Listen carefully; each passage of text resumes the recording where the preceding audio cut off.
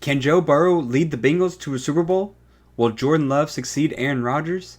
And the Red Rifle is back in the Lone Star State.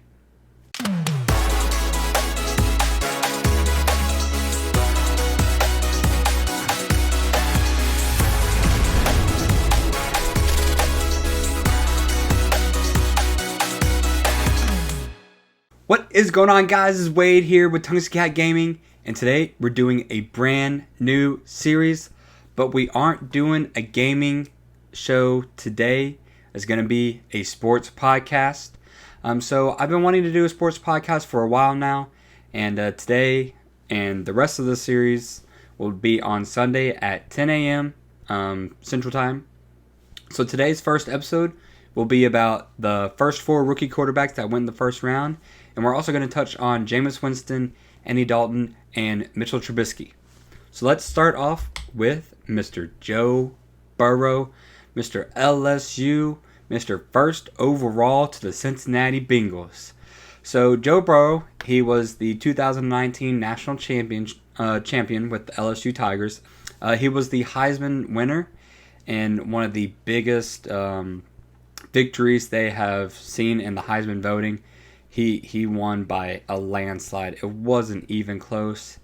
And also, he was part of a historic college offense. Fun fact, all 11 offensive starters were either signed or drafted for the 2020 NFL season. So, yeah, I double, triple, quadruple checked this. Either they were drafted or all signed, all 11 starters, which is definitely not common, obviously. I mean, that is insane. Best case scenario, you get, your quarterback, a couple linemen, and a wide receiver. So the LSU Tigers really took the college world by storm. And me by storm. I definitely had no idea they were going to be this good for sure. I don't think anyone could have predicted this. So, with that being said, what are some positives that I have seen from Joe Burrow? So obviously, number one being he was the number one consensus quarterback for the draft class. This is not common at all, as no one had him going number one overall starting off the NFL or starting off the college football season. Definitely Tua was the majority as the top pick. And, of course, you had Chase Young and a couple wide receivers and defensive players here or there. But Joe Burrow was definitely not. He has all the tools to be a pro quarterback. He's got a strong arm. He's able to zip the ball in there to each spot where it needs to go. He has great accuracy. He's a leader. He's vocal. You want to see that from your quarterback, obviously. And we saw that. And he's faced hardships as he originally went to Ohio State and then transferred, and then succeeded at LSU. Also, the Cincinnati Bengals, they have a solid wide receiver and running back core, led by none other than A.J. Green and Tyler Boyd out wide. And Tyler Boyd, he's had back-to-back seasons with over 75 receptions, 1,000 yards, and 5 touchdowns. So, of course, the touchdowns are a little bit lower because the Bengals offense hasn't been as good the past 2 years, as Andy Dalton has been coming in and out of games. And also they had Ryan Finley play quite a bit last year as the 4th round quarterback. So, of course, touchdowns are low, but to see the receiving and the receptions, that is always a positive step. And A.J. Green, if you don't know, A.J. Green has been in and out as often as Andy Dalton has. I'm pretty sure he didn't even touch the field last year, as he's been dealing with the foot injury. And as a wide receiver, you use your foot to push off and try to get separation between your cornerback and yourself. So having a foot injury is definitely not what you'd like to see. But of course, when A.J. Green is healthy, he's been the number one go-to target on his team, as he's been compared, with the likes of Julio Jones and DeAndre Hopkins and Antonio Brown's, when healthy, of course. So if A.J. Green is back and healthy and strong, you better watch out for this offense. And that's just the receivers. You also got to remember the little guy in the backfield, Joe Mixon. who has been an all-around running back. Running, receiving, blocking. He's done a fantastic job transitioning to the new era type of running back to where he can play 3 downs and you don't need to bring in Giovanni Bernard to protect him. The only downside on Joe Mixon is he's also been banged up, but that is common with running backs. So if Joe Mixon only plays, 15 games, 14 games, that's no big deal. This offense should still be able to click at all cylinders. And I really like this this draft they had with T. Higgins in the second round, as he is a wide receiver out of Clemson, as he's averaged 60 receptions, 1,000 yards, and 12 touchdowns throughout his college career at Clemson. And of course, he's played with great quarterback play, but hey, what are you going to do? I'm not going to knock him because he's played with good quarterbacks.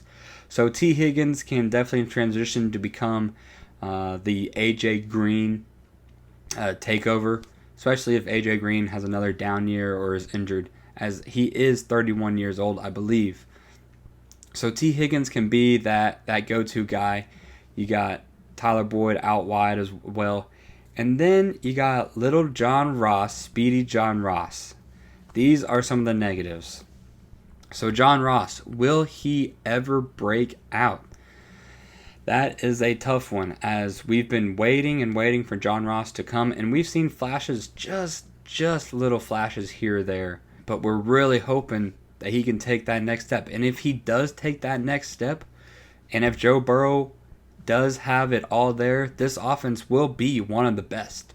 I definitely, hands down, you can't argue with that. However, the O-line gave up 48 sacks last year. Now, I'm not going to put all this on the offensive line, but the majority goes, as you did have Andy Dalton and Ryan Finley, a rookie quarterback, running back there. So you are going to hold on to the ball too long, but 48 sacks is still way too many. So this offensive line is definitely going to need improvements to protect Joe Burrow and anyone else who's back there gunslinging or running the ball. Another negative is Joe Burrow and the Bengals will have high expectations, especially Joe Burrow when it comes to fantasy and in real life. And as we know, and I know, fantasy is now just taking over the sport with DraftKings and FanDuel and regular fantasy on ESPN and NFL.com and other sites you can use. Fantasy is here, and players are going to have to deal with it whether they like it or not. There's not much they can do about it. So him being a first-round quarterback, he's always going to get that extra oomph when it comes to fantasy. So he's going to rise up the boards, of course, in that aspect, as will Tyler Boyd and Joe Mixon, because they finally have a competent quarterback. Even though we've never seen him throw a ball in the professional game, we've seen how he's been in high school and college, and he's always elevated everyone around him. One thing that also stands out to me, could Joe Burrow be a one-year wonder? I personally don't think he's going to be a one-year wonder, but here are the stats. His junior year, he had 3,000 passing yards and 16 touchdowns. That's okay. However, he exploded to 5,600 passing yards and 60 touchdowns. Yes, I was shocked when I seen this. I checked multiple sources, and 60 touchdowns, 5,600 passing yards. You don't see that much. Those are Madden numbers for sure. And even getting that in Madden is tough as well. So could he be a one-year wonder? Possibly, but so could everyone else. A little bit backstory. As some of y'all know, he did sign with Ohio State back in high school. Stayed there 2 years. Didn't like it. Transferred, went to LSU. I mean, he still played against great talents, obviously. Auburn, Florida's had a good defense the past couple of years. Alabama's always at the top. So you do have to be a little bit concerned about that. And then one final negative is the defense for the Cincinnati Bengals. Well, it's not that good, as the defense gave up 26 points last year, which was 25th out of 32 teams, and gave up almost 400 yards total through the air and on the ground, which was 29th last year, to go along with a negative 14 turnover ratio. So they weren't able to get any turnovers either, but that also takes into quarterback play, with a rookie quarterback and Andy Dalton back there. Also, they only acquired 31 sacks, the defense did, so not putting much pressure. So you could see, the Bengals playing in high-scoring games. So that's also going to contribute to Joe Burrow having, a better chance to succeed in quotation marks, in the NFL. As it's fourth quarter, down 28-14, let's sling it out. So once again, that fantasy high expectations will rise. And will he fall or will he crumble? We'll find out.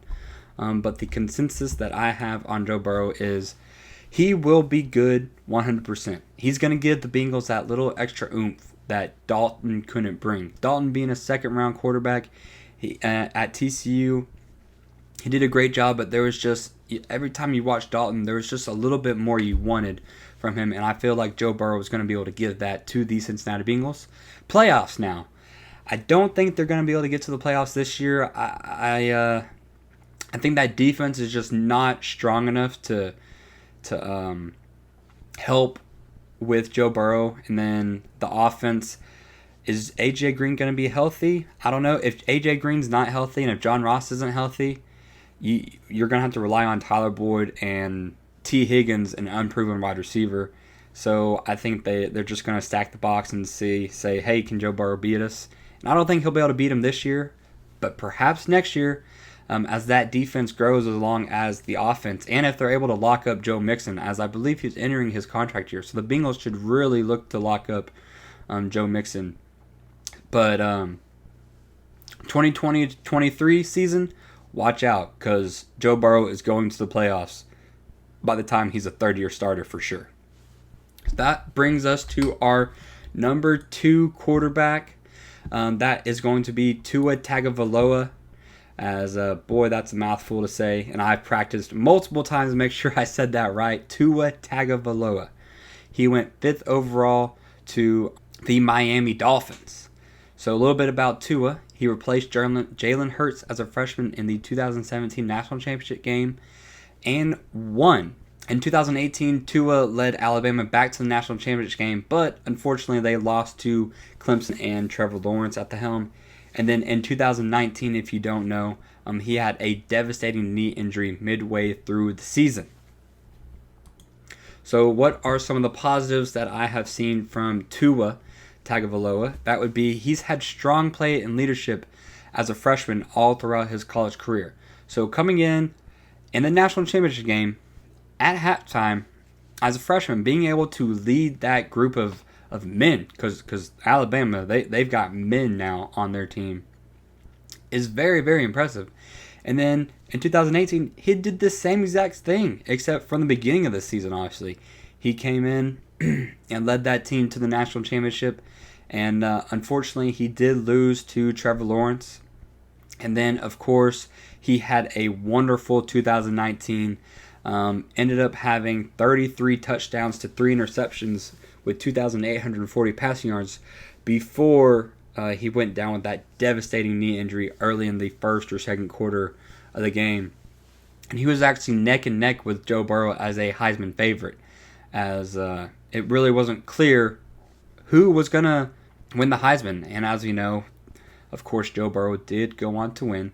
He has the potential to be the best quarterback from the draft class. Of course, Joe Burrow and Justin Herbert, Jacob Eason, all these other guys, there's always potential to be the best quarterback. But to me, Tua actually has the best opportunity to do that, most potential there. And he's on the Dolphins, who they have a pretty good offense, weapons around him. They got Ryan Fitzpatrick, who's at the helm of the quarterback, so he'll be able to stay and learn underneath Ryan, which is a wonderful mind, and really lead him before he's able to take over. Because let's be honest, Ryan Fitzpatrick, he knows what he is here. He's a journeyman quarterback, and teams rely on him to help the younger guys, and he's cool with that. And Tua is cool. I mean, I'd be cool with Ryan teaching me the ropes, because it is going to be Tua's team next year, 100%. There's no doubt about that. Wide receiver-wise, they got Devontae Parker and Preston Williams. Devontae Parker took him a little bit, but he's finally turning into that first-round pick that the Dolphins wanted to spend on coming out of Louisville a couple years ago. And then Preston Williams, he showed up as a rookie and really took the league over by storm. And on my fantasy team, I actually had him and used him week to week. Mike Gesicki is a solid tight end and developing. And then they did trade for Matt Breida with the 49ers during the draft to give them another piece of that running back core. I do think the Dolphins are running back away and maybe another wide receiver away from fully getting there. But to have the quarterback and then on his rookie deal, that is definitely a plus. A couple negatives though. Alabama hasn't produced a viable NFL quarterback since Ken Stabler, who was Super Bowl MVP of the Raiders in Super Bowl 11. So that was a long time ago, as we just had, Super Bowl 52 or 53 at least? I mean, it's been 40 plus years since Alabama has produced a quarterback who has done anything.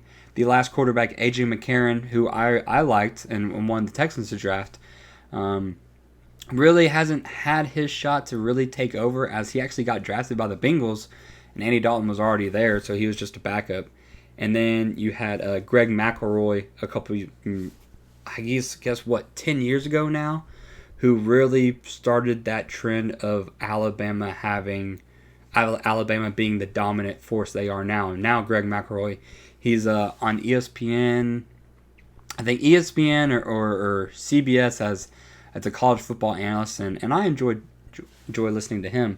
Another negative, though, is durability. So, of course, I told you about that knee injury he had, which was actually he dislocated his right hip with posterior acetabular wall fracture. I don't even know how to sound that, but it doesn't sound good at all. He also had his left and right ankle sprains, and all three needed surgery. So he's had durability is definitely a red flag for sure. He's tried to show through various workouts that he is back and ready to take over the league whenever he gets that opportunity. But we still don't know. So the Dolphins took the risk. And one last negative, he's on the Dolphins, and they're going through a long rebuilding process. Now, they're better off than a lot of other teams are, rebuilding-wise, because of that trade our Houston Texans made to get Laramie Tunsil. They have so many draft picks stocked up and piled up that they have, I believe, 2 more first-round picks next year, a couple seconds and thirds. So it is going to be a long rebuilding process, but the Dolphins really can slowly bring their way along with Tua, as he has a long road ahead of him to prove the doubters wrong and that he is healthy. He's going to be able to sit behind Ryan Fitzmagic for at least half the season, I believe, and learn from him before the Dolphins trot him out there if everything goes to plan, and that is a big if, as Ryan Fitzpatrick also has had some injury problems, as you'll see him dive and run and just throw his life out there. So best case scenario, Tua doesn't touch the field until past week 8, week 9. You'd probably prefer week 10, just to give him a nice shot right there.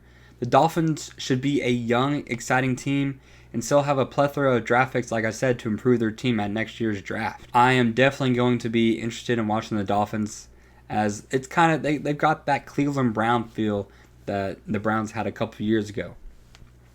Playoffs, not this year, probably not next year. Hopefully by Tua's 3rd year, you might be able to see them creep up, 8-8, 9-7.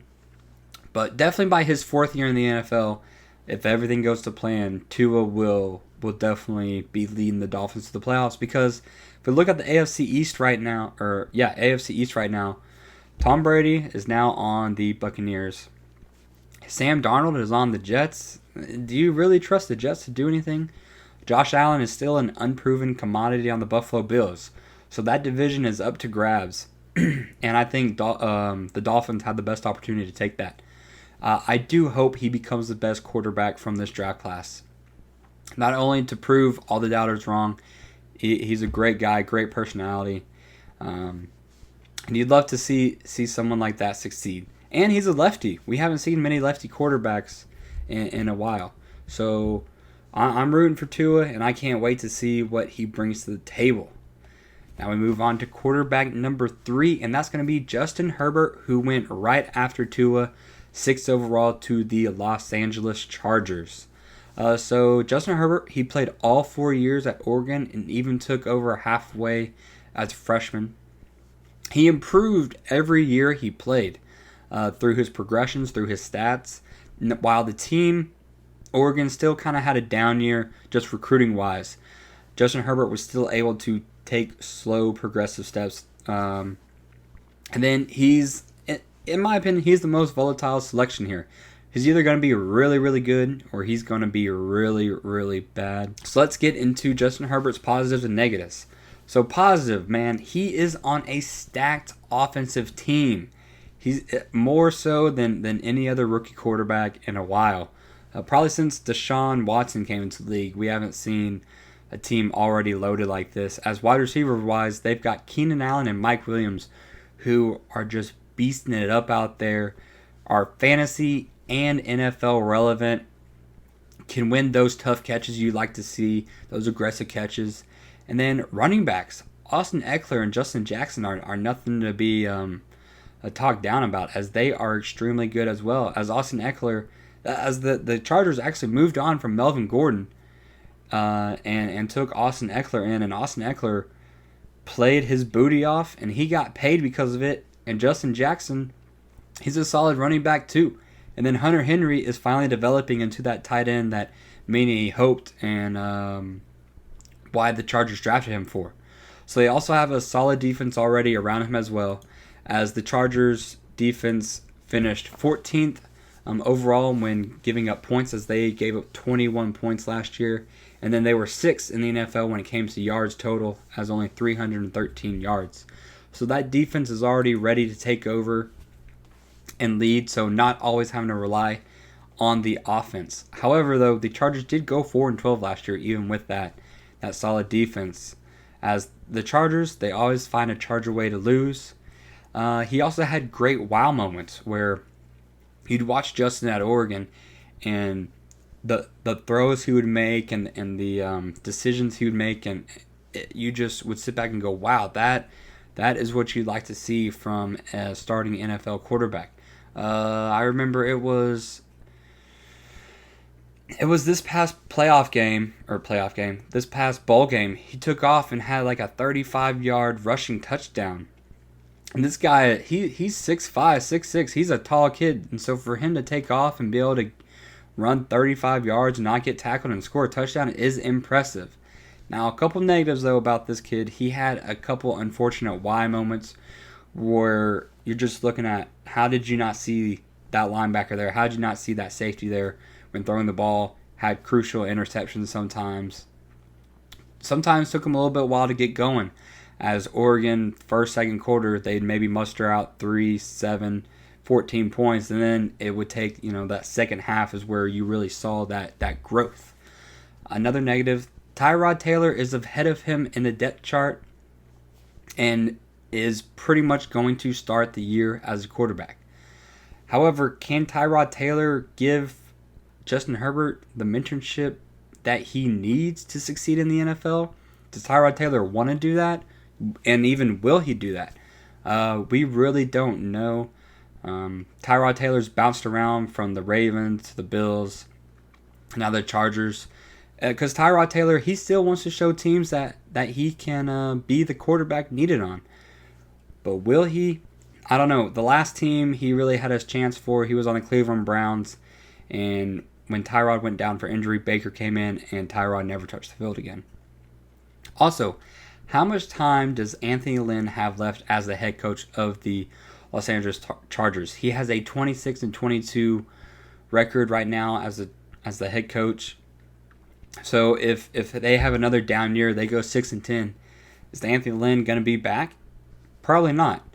And what if they bring in a coach that didn't want Justin Herbert? They have other needs. So we'll see what the decision is there. And then the Pac-12 has been the inferior Power 5 conference, in my opinion, whenever it comes to the NCAA, as the SEC, the AAC, Big 10, Big 12 have all been pretty relevant when sending top talent, and the Pac-12 is being left forgotten. So he wasn't playing against he was still playing against good talent, but was it as good as it could have been? We don't know. The consensus, though, for me, Justin Herbert is actually my favorite quarterback from this draft. I've always liked Oregon and I've been following them ever since Marcus Mariota took over. I really liked Mariota. He was my favorite college quarterback. So I've just kept watching Oregon. Justin Herbert came around. And I've seen him play since his freshman year. So there'd be some nights I'd stay up till 10 o'clock just so I could watch an Oregon game and just see Justin Herbert play a couple quarters. Because by the time second quarter comes around, it's already 12 o'clock where I'm from. Another consensus I took away, he never took the national media over, unfortunately, because just being on that West Coast, it being 1 o'clock or 2 o'clock by the time Oregon games finish, no one's going to be awake over there. But he always did leave me impressed, but wanting more. Can he be successful in the NFL? Sure, but he will have to put the most work in of these top 3 guys, I believe. He's really going to have to show that he belongs, that he has the arm strength, that he has the arm talent. He has the leadership capability to be the best quarterback he needs to be. Because them other guys, Joe Burrow and Tua, they have that. They have a little more natural born talent than Justin does. He does have the best weapons, though, out of this group. Please don't be a Jake Locker. I put this in capital letters. Please don't be a Jake Locker. If y'all don't remember, Jake Locker went the 8th overall pick to the Tennessee Titans in 2011 and had an injury-plagued career before he called it quits in 2014. Justin Herbert has had a couple injuries throughout his year. He broke his collarbone a few years back and missed 5 games because of it. A couple thumb injuries here or there. So I really don't want to see this from him. Playoffs this year, 100%. The Chargers will be in the playoffs. Justin Herbert will be starting a playoff game. And he will be the starter by week 6. You heard it right here. Tyrod Taylor is going to start the first 5 weeks. And then Justin Herbert is going to take over week 6 and lead them rest of the way. I think Tyrod Taylor brings the Chargers out to a 2-4, maybe even 3-3 game, or not 2-4. It'll be 2-3 or 3-2, and people are going to want to be calling for Justin Herbert to see what he has. So I think Justin Herbert is going to be the starter by week 6 and lead the Chargers to the playoffs. So moving on to our 4th and final first round overall quarterback, that is going to be Jordan Love, Shaq, who went 26th overall to the Packers. Also, Shaq is not his last name, just Love. He went to Utah State, and that was the only FBS school to offer him a scholarship. His best season was his sophomore year, which was 2018. This was a head-scratching draft pick from many experts and non-experts, including myself and a lot of Green Bay Packer fans, as they really had no idea what the Packers were thinking when they drafted a quarterback back. Because guess what? They still have Aaron freaking Rodgers. Some positives, though, with Jordan Love. He gets to learn behind Aaron Rodgers, who has had a great career, Hall of Fame worthy, Super Bowl winner. Will he get another Super Bowl, Aaron Rodgers, before he retires? Maybe. They were a game away from reaching the Super Bowl last year before they got pummeled by the 49ers. His sophomore season, Jordan Love had 3,500 passing yards with 32 touchdowns and 6 interceptions. And this is really what opened up the eyes of scouts in the NFL, saying, wow, this guy has something. He has it, possibly. Could he have Carson Wentz productivity? As Carson Wentz, as some know, he went to North Dakota State, which was one of the FCS powerhouse schools. And Carson Wentz, he's done well enough in the NFL. With Carson Wentz, there's still some, he's had injury concerns, but besides injuries, he's been enough for the Eagles. Rodgers sat behind Favre, and look at what he was able to accomplish, taking over for him. So Jordan Love can't. If Jordan Love can follow in those footsteps, this will be a great pick. However, a couple negatives though. He gets to learn behind Aaron Rodgers. Aaron Rodgers is known for just having a bad attitude sometimes, and caring more about himself, his stats more than the team. Getting in fights with Mike McCarthy, the head coach, and disagreeing there, and just being frustrated, just seeing him sitting on the bench, just upset with the team they have around him. So will Aaron Rodgers find it himself to also lead Aaron Rodgers like Brett Favre did to him? Or will Aaron Rodgers find it to lead Jordan Love like Brett Favre did to him? Who knows? I sure hope he does, because you hate to see that in the NFL, someone not lead another guy. But also, what are the Packers doing? They also drafted a running back in the second round when they already have an established backfield of Aaron Jones and Jamal Williams. That running back group they have, Aaron Jones is the first and second down guy, pounds that ball, and Jamal Williams comes in on third down and can. He's got good hands. Aaron Jones is trying to establish that as well. So why are they taking A.J. Dillon with their second pick in the second round? No one really knows, as they really need wide receiver help. As the only wide receiver that stands off their team is Devontae Adams, and he can't do it all himself. As Marquez Valdez-Scantling, I struggle with drops. I can't even think of any other wide receivers over there on the Green Bay Packers. And tight end wise, I can't think of a tight end either. So that offense is very screwed, to say the least, as the defense did a fantastic job last year, as they gave up 19 points per game and 352 yards. That will probably regress. You'll probably see the points come to around 21, 22. Very hard is it for the defense to continue to put up those numbers. And also, the Packers went 13-3 last year. You could argue that they had a couple more wins than you could have predicted. They were probably more like a 10-6 team and ended up winning 3 more games and was able to get a first-round bye because of it. And with no wide receivers outside of Devontae Adams and Aaron Jones, the running back, what else is the Pack going to do? So will Aaron Rodgers get frustrated and force his way out of the organization, then leave Jordan Love stuck there trying to recoup? If so, that's not going to be very good for Jordan Love. And then also, last year he had 17 interceptions his junior year, 2019. Although most people believed he tried to do too much at times. Whenever you're playing on a lower caliber team like Utah State, you're not going to have the weapons sometimes you need to succeed. So you're going to force passes here or there. But I can't really blame him too much for that. So what is my consensus when it comes to Jordan Love? Jordan Love is the prospect, though, that I knew the least amount, and most people either loved him or had him off their draft boards to begin with. I didn't think he was going to go first round. Whenever I heard reports he was going to go first round, I kind of shook my head and didn't really understand. I thought he would have been fine as a third or fourth round pick. Going to the Packers, though, that was fine. But in the first round, like I said, third or fourth round pick, I mean, maybe late second. Yeah, you could argue with that, but with what they took and when they took him, it didn't make much sense.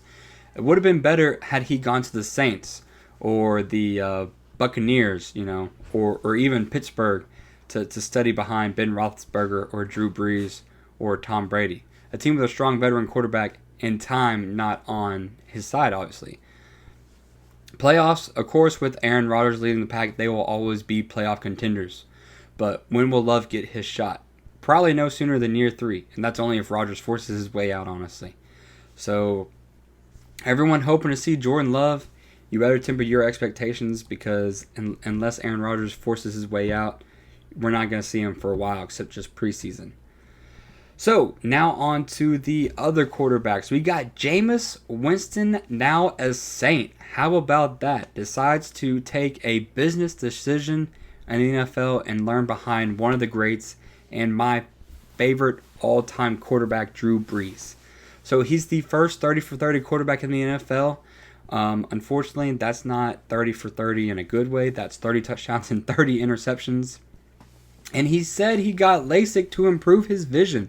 So good for Jameis for finally taking that initiative and doing what he can to improve himself, because he still has that talent there. Absolutely. He's young and still has plenty of years left in him and gets to learn behind Drew Brees. So I'm kind of excited to see not Jameis this year, but Jameis next year, 2021, really to see where is he going to go? Is he going to stay with the Saints again? Will Drew Brees retire this year and then they give him a one-year deal, Jameis, to come back and lead the team? They signed Taysom Hill to a pretty lucrative deal, so what are they going to do there? Taysom Hill's also 32 years old, or 31 years old. Taysom Hill's an old man, so let's not forget that either. His deal that he signed, though, was 1 year worth around $1 million with upwards of 3 in incentives. So it's not like Jameis is making bank this year either. He's taking a huge financial pay cut to learn, and this was the best decision he could have ever made. I'm very excited and kind of happy that Jameis Winston did this. If you don't remember, the NFL passing leader last year was actually Jameis Winston with 5,200 passing yards. So it's not like he doesn't have the ability to throw the ball. He's got that ability. It's just the decision making with him and the interceptions have always been what have limited him and the Tampa Bay Buccaneers. On to starting quarterback number 2, maybe not much longer. The Bears have declined Mitch Trubisky's 5th-year option. Bow! Who could have guessed this? That Mitch Trubisky did not turn out the way many people assumed he would. I mean, he was taken number 2 overall in the 2017 NFL Draft ahead of Patrick Mahomes and Deshaun Watson. And to make matters worse, the Bears actually traded up one pick to get him. As the 49ers had the 2nd overall pick and the Bears had the 3rd, and the Bears gave up 2/3 and a couple fourths to move up 1 pick. Why they thought they needed to do that, no one knows. And to make matters worse, the Bears traded for Nick Foles and his massive contract at the beginning of the 2020 offseason. Nick Foles was probably going to be cut or just left on the Jaguars bench, as it looks like it's going to be Minshew Mania all over again in Jacksonville. And the Bears decided to bring that on. I think last year, or well, I guess not last year, but 2 years ago, Nick Foles signed like an $80 million contract or something like that. Is Mitch going to be Blake Bortles 2.0? It sure looks like that, as he led the Bears to 1 playoff appearance. Now, he still got this year, but Blake Bortles, of course, led the Jaguars to 1 playoff appearance and pretty much just floundered all the way out. So what did the Bears exactly pass on? So they passed on Patrick Mahomes, obviously, and these were Mahomes' college stats. He had 4,600 passing yards, 36 touchdowns, 15 interceptions. And then his final year, he had 5,000 passing yards, 41 touchdowns, and 10 interceptions. Now, of course, this was playing at Texas Tech, which is an air raid system created by Cliff Kingsbury. Well, not created by Cliff Kingsbury, but he's the one who implemented it at Texas Tech. And now Cliff is in Arizona Cardinal as a head coach. And Patrick Mahomes is, of course, lighting it up here in Kansas City, who, you know, you don't remember, won the MVP a couple of years back and then won the Super Bowl this past year. Now, am I going to blame the Bears for passing on Patrick Mahomes? Of course not. I didn't want the Texans to draft Patrick Mahomes. I thought he was a little bit risky. I didn't want them to draft Mitch either. I wanted them to draft Deshaun Watson, and they did. But that's for a couple minutes from now. But I'm not going to blame them too much for passing on Patrick Mahomes because, of course, it's the Big 12. It's all about offense, baby. That's what it is. We love to see them high-scoring games, 45, 43, 48, 41. We love to see them overtime games. It is what it is. But Deshaun Watson, passing on Deshaun Watson, this is really what just blows everyone's minds. As Deshaun had 4,100 passing yards, 35 touchdowns, and 13 interceptions to go along with 1,100 rushing yards and 12 touchdowns his sophomore year at Clemson. And then his junior year, when he actually was able to also take down Alabama, he had 4,600 passing yards, 41 touchdowns, 17 interceptions to go along with 600 rushing yards and 9 touchdowns. So you're going to pass on Patrick Mahomes. You better get Deshaun Watson, who played Alabama twice in back-to-back national championships, combined for over 1,000 total yards in both games, and actually beat them his final year. So where was the logic behind that? Nobody knows. And this was Mitch Trubisky's stats. In his only starting season in college, he had 3,700 passing yards, 30 touchdowns, and 6 interceptions on the North Carolina Blue Devils. That's it. He played a little bit his freshman and sophomore year, but his junior year was his only starting year. Who looks at that and thinks, yep, that's better than Deshaun Watson, who has taken down Alabama and took them on twice in both very close games? And then who looks at that and goes, oh, Patrick Mahomes, yeah, 4,600 passing yards, 40 touchdowns. That's not good. The Bears thought that Mitch Trubisky was good. And unfortunately for Bears fans, they are going to have to live with that stinking regret. So I feel bad for them. But, maybe Mitch Trubisky can prove everyone wrong this year and prove that he's a starting caliber quarterback. But I don't believe it. I don't have faith, and neither should you. And our final player of the day is going to be Andy Dalton. The Red Rival is back in Texas as a Cowboy. So if you don't know, Andy Dalton grew up in Katy area, went to play for the TCU Horned Frogs, and then got drafted by the Cincinnati Bengals. He was drafted 35th overall in the 2011 draft, and he did a great job with Cincinnati, as they had Carson Palmer in 2004. He did good for them, and then they kind of went irrelevant for a few years. And then Andy Dalton brought them back as he led the Bengals to the playoffs from 2011 to 2014. Unfortunately, though, he lost every playoff game that he started and led them to. So he's 0-4 as a playoff quarterback. But he did lead them, and he has that ability. He signed a 1-year, $7 million deal with $3 million guaranteed to be on the Cowboys.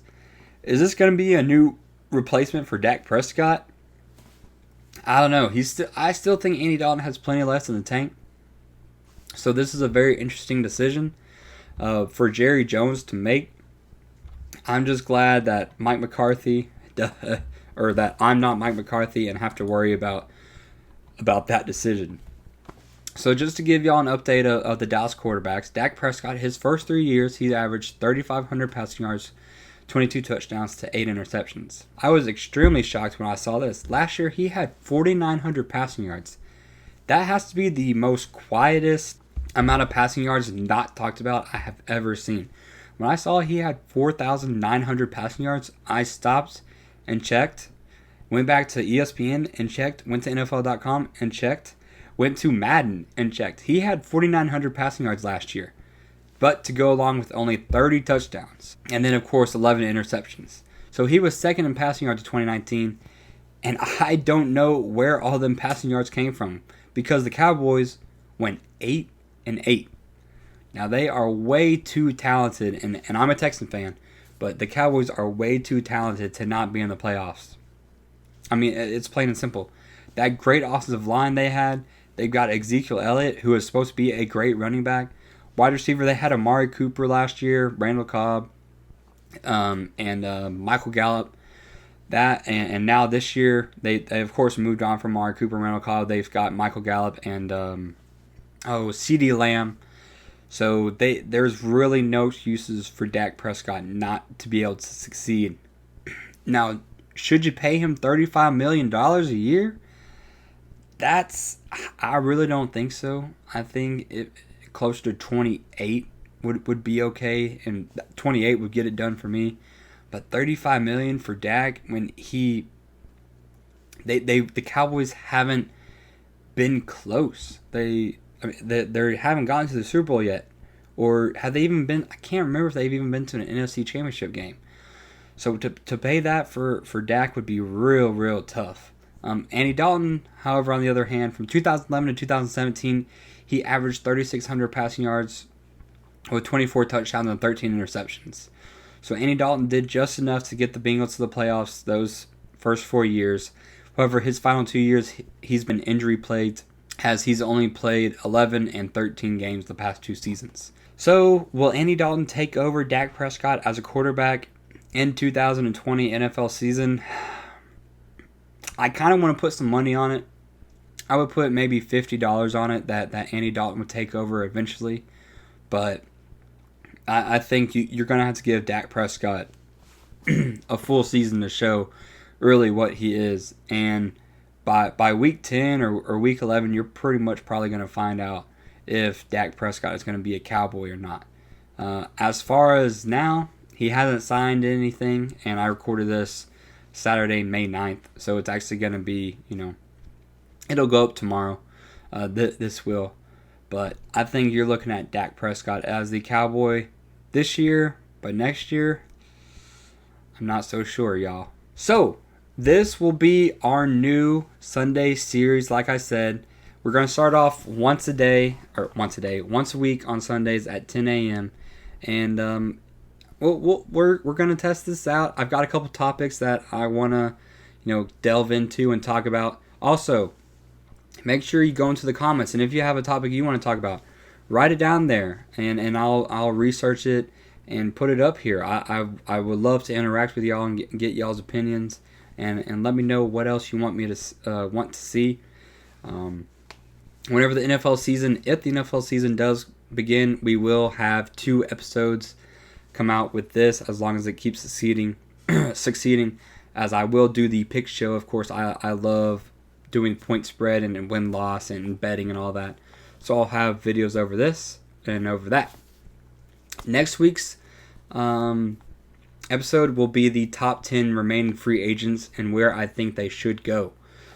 So that will be very exciting, and I cannot wait to do that.